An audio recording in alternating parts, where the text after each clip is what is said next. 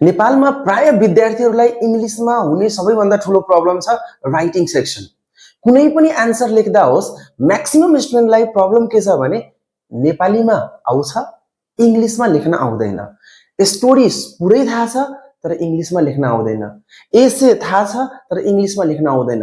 यो भिडियोमा यसको कम्प्लिट सोलुसन सिकाउँछु र एकदमै सजिलो टेक्निक। यदि यो भिडियो तपाई पुरै हेर्नुहुन्छ र मैले भनेको अनुसार फलो गर्नुहुन्छ भने तपाईको राइटिङ सुध्रेन भने मेरो च्यानललाई अनसब्स्क्राइब गरिदिनु होला। यतिसम्म कुरा छ, एकदम सुध्रिन्छ। बेसिक लेभलको राइटिङ सिकाइरहेको छु। कुनै पनि तपाईलाई इंग्लिशमा कुरा लेख्नु छ भने यहाँ दिएको रुल्सलाई फलो गर्नुस्। यदि तपाई यो भिडियो फेसबुक, इन्स्टा, टिकटकमा हेर्दिनुहुन्छ भने अहिले नै फलो गरिहाल्नुस्। यदि युट्युबमा हेर्दिनुहुन्छ भने अहिले नै सब्स्क्राइब गरिहाल्नुस्, किनभने यस्तो भिडियो टन्नै आउने वाला छ। र यो भिडियो चाहे स्कुल पढ्ने स्टुडेन्ट होस् या प्लस 2 पढ्ने होस् या ब्याचलर्स पढ्ने होस्, सबैलाई काम लाग्ने वाला छ। फर्स्ट थिङ तपाईले के गर्नु भने यो रुल फलो गर्नुस्। बेसिक इंग्लिश इम्प्रुभ गर्नको लागि be verbs, have verbs, model verbs र टेन्सेस यो चारवटा टपिकको तपाईले युजेज यदि सिकिहाल्नु भयो भने तपाईले बेसिक लेभलको इंग्लिश लेख्न सक्नुहुन्छ। आन्सर लेख्दा कि त अफर्मेटिभ सेन्टेन्समा लेख्नुपर्छ कि त नेगेटिभ सेन्टेन्समा लेख्नुपर्छ। यो चारैवटाको जो मेन कुरा छ त्यो मात्रै फलो गर्नुस्। सबै याद गर्न जरुरी छैन। अफर्मेटिभ र नेगेटिभमा मेन कुरा के हो त्यो हेरौं। जस्तै बी भर्ब भनेको प्रेजेन्टमा इज एम आर, पास्टमा वाज वेयर, फ्युचरमा विल बी हुन्छ तर प्राय आन्सर लेख्दा युजमा आउँदैन। सो इज एम आर को युज गर्दा जेनरली के हुन्छ नेपालीमा छ, छु, छौ, छन्, हो, होइन, छैन, छैनौ यस्तो खालको आएको हुन्छ। जस्तै म अहिले क्लासमा छु, I am in the classroom. ऊ काठमाडौँमा छ, ही इज इन काठमाडौँ। उनी मेरो बहिनी छिन्, सी इज माई सिस्टर। यस्तो खालको सेन्टेन्स तपाईले आन्सर लेख्दा जरुरी पर्छ। अर्को वाज वर भनेको एज अ मेन भर्ब भन्दैछु। यसको युज नेपालीमा जे पनि कुरा थियो, थिए, थियौ, थिएन, थिएनौ यस्तो बोल्नुहुन्छ नि। जस्तै ऊ हिजो घरमा थिएन, he was not at home। म हिजो बिजी थिएँ, I was busy yesterday। ऊ मेरो भाइ थियो, he was my brother। हो यस्तो खालको कुरा त लेख्नु पर्छ नि त। यो स्ट्रक्चरले फलो गर्नुस्। अर्को तपाईले जरुरी पर्छ ह्याभ भर्ब। ह्याभ भर्ब पनि एकदम सिम्पल छ। ह्याभ भर्ब भन्ने बित्तिकै तपाई ह्याभ हैज प्रेजेन्ट फर्ममा र ह्याडलाई पास्ट फर्ममा युज गर्नु होला। Have has is am are भन्दा अलिकति फरक छ। त्यसमा सिधै थियो छ, छु, छैन। यसमा सँग छ है, सँग छैन भन्ने सेन्स। छु र छौ युजमा आउँदैन, सँग छ र सँग छैन टाइप मिस्टेक भएको छ। जस्तै मसँग कार छ, आई हैव अ कार। उनीसँग धेरै पैसा छ, she has a lot of money.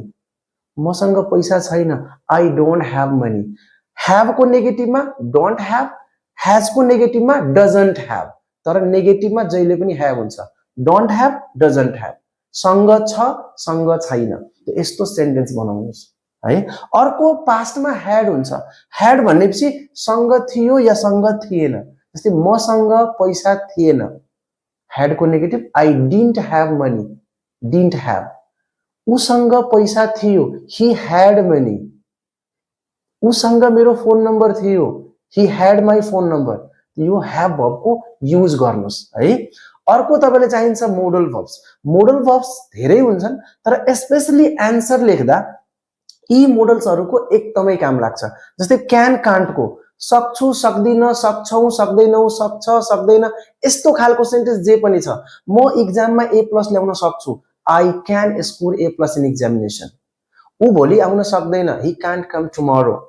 अर्को पास्टमा कुड र कुडन्ट यस्तो गर्न सके, सक्थ्यो, सकेन, सकेनौ, कुड, कुडन्ट। म आज आउन सकिन, I could not come today। उसले तिमीलाई पिट्न सक्थ्यो, he could beat you। यस्तो खालको कुरा। अर्को शुड र शुडन्ट को युज गर्नुपर्छ, गर्नु पर्दैन, गर्नु हुँदैन यस्तो खालको सेन्स। जे तिमीले राम्ररी पढ्नु पर्छ, you should study well। तिमी त्यहाँ जानु हुँदैन, you should not go there। ऊ यहाँ आउनुपर्छ, he should come here।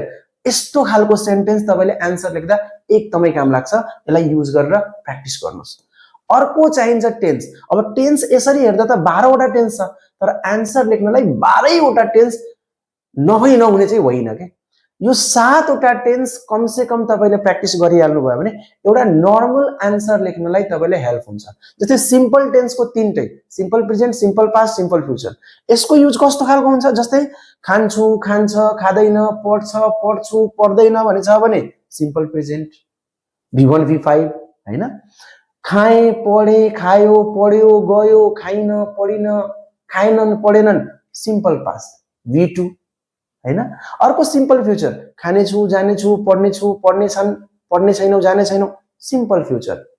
Simple टेन्सेसको युज गर्नु। म भोलि आउने छु, I will come tomorrow simple future. ऊ हिजो आएन, he didn't come yesterday simple past. म यहाँ बस्छु, I live here simple present. यस्तै खालको कुरा त तपाईले आन्सरमा लेख्नुपर्छ। अर्को कन्टिन्युअस टेन्समा जम्मा दुईटाको तपाई कम से कम युज सिक्नुस्। एउटा प्रेजेन्ट कन्टिन्युअसको, अर्को पास्ट कन्टिन्युअसको। प्रेजेन्ट कन्टिन्युअस र पास्ट कन्टिन्युअसको सिम्पल युज छ। सुरुमा दै या ई रहेको लागेको हुन्छ र प्रेजेन्ट छ भने छ, छु, छौ, छन् जोडेको हुन्छ। पास्ट छ भने थियो, थिए, थियौ यस्तो जोडेको हुन्छ। जस्तै म अहिले पढाउँदै छु present continuous, I am teaching now. मेरो भाइ अहिले सुतिरहेको छ present continuous, my brother is sleeping now हैन। ऊ खाना खाइरहेको छैन present continuous, he is not eating food यस्तो। तर पास्टमा ऊ जाँदै थियो past continuous, he was going. म सुतिरहेको थिएँ, आई वाज स्लिपिङ। ऊ बोलिरहेको थिएन, ही वाज नट स्पिकिङ। यो पास्ट कन्टिन्युअसमा हैन। अर्को तपाईले चाहिन्छ पर्फेक्ट टेन्समा प्रेजेन्ट पर्फेक्ट र पास्ट पर्फेक्ट। प्रेजेन्ट पर्फेक्ट र पास्ट पर्फेक्टमा के छ भने एकको लागेको हुन्छ है। प्रेजेन्टमा एकको छ, छु, छौ या एकको थियो, थिए यस्तो हुन्छ हैन पास्टमा। जस्तै म हिजो गएको थिएँ पास्ट पर्फेक्ट भयो, I had gone there. Even गनको ठाउँमा बीन पनि हुन्छ। ऊ आज आएको छ, ही हैज कम टुडे। मैले खाना खाएको छु, आई हैव इटेन फुड। ओ यो प्रेजेन्ट पर्फेक्ट पास्ट पर्फेक्टमा युज हुन्छ। तपाईले यति स्ट्रक्चरलाई एभ्रीडे प्र्याक्टिस गर्नु भने तपाईको इंग्लिश इम्प्रुभ हुन्छ। जस्तै एक्जाम्पल हेर्नुस् है। जस्तै मैले नेपालीमा लेखिदिएको छु, एकदम ध्यान दिएर हेर्नु होला। ऊ मोहन हो, ऊ अहिले काठमाडौँमा छ, उसँग एउटा जागिर छ, उसले खाना पकाउन सक्छ, ऊ पहिला गाउँमा थियो, उसँग पैसा थिएन, उसले एउटा घर किनेको छ र उसले मलाई आफ्नो घरमा आमन्त्रण गरेको थियो, तर म जान सकिन, म व्यस्त थिएँ। यो मैले एक किसिमले यतिकै प्र्याक्टिस गर्नको लागि एउटा नेपालीमा प्याराग्राफ बनाएँ। तपाई पनि यस्तै बनाउनु होला र एउटा एउटा सेन्टेन्सलाई ट्रान्सलेट गरेर प्र्याक्टिस गर्नुस्। जस्तै ऊ मोहन हो, ही इज मोहन। ऊ अहिले काठमाडौँमा छ, he is in Kathmandu now. उसँग एउटा जागिर छ, सँग छ, have has, he has a job. उसले खाना पकाउन सक्छ, can, he can cook food. ऊ पहिला गाउँमा थियो, was were, he was in village before. उसँग पैसा थिएन, सँग थिएन, हैड को negative didn't have, he didn't have money. उसले एउटा घर किनेको छ, खाएको छ present perfect, he has bought a house. उसले मलाई आफ्नो घरमा आमन्त्रण गरेको थियो, एको थियो past perfect, he had invited me to his home. तर म जान सकेन, could not, but I could not go. म व्यस्त थिएँ, was where, I was busy. तपाई यो तरिकाले नेपालीमा लेख्नुस् अनि त्यसको इंग्लिश एउटा एउटा सेन्टेन्स लेखेर प्र्याक्टिस गर्दै जानुस्। तपाई 20 दिन 25 दिन मात्रै पनि प्र्याक्टिस गर्नुभयो भने बेसिक लेभलको इंग्लिश तपाईको सुध्रिन्छ। तपाईको एक्जाममा कम से कम जो बेसिक ग्रामर छ त्यो एरर हुँदैन र राइटिङमा राम्रो मार्क्स आउँछ। यो लिटरेचर सेक्सन होस् या राइटिङ सेक्सन होस्, सबैमा काम लाग्छ। स्कुल पढ्ने होस्, +2 पढ्ने होस्, ब्याचलर्स पढ्ने होस्, सबलाई काम लाग्छ। र यदि तपाईलाई डिटेलमा 12th क्लासको, ब्याचलर्सको यदि अनलाइन ट्युसन पढ्नु छ भने यो व्हाट्सएप नम्बरमा मेसेज गरेर हाम्रो क्लासको बारेमा डिटेल बुझेर मजाले तपाई हाम्रो क्लास लिन सक्नुहुन्छ। इभन इंग्लिश ल्याङ्ग्वेजको एकदम स्पेशल क्लास एकदम सस्तो फीमा भइरा हुन्छ। अहिले नै तपाई मेसेज गर्नुस् र क्लास जोइन गर्नुस्। साथै यो भिडियोलाई धेरै भन्दा धेरै शेयर गरिदिनुस् र यदि टिकटक, फेसबुक, इन्स्टामा हुनुहुन्छ भने फलो गरिहाल्नुस्, युट्युबमा हेर्दै हुनुहुन्छ भने सब्स्क्राइब गरिहाल्नुस्। Thank you very much.